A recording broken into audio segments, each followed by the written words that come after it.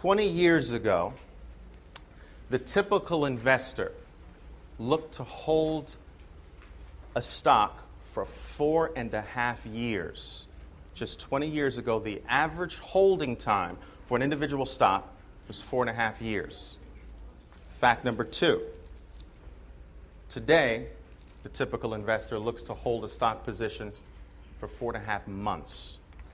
This is a phenomenal shift in the typical holding period. I'm quite aware of the fact that your parents and your grandparents would never have dreamed of holding stocks for 4.5 months and flipping them. All right? 4.5 years was probably, for many people, too short. Most people played what I call the Rip Van Winkle approach to the markets.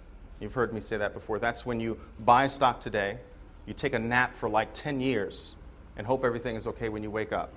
Well, today, that is an ineffective way to play the markets. No longer do individual companies dominate their niche like they used to in the 1930s and the 1940s.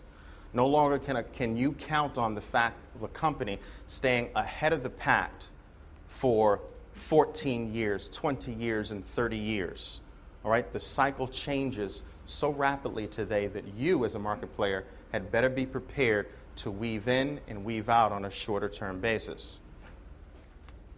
I've got two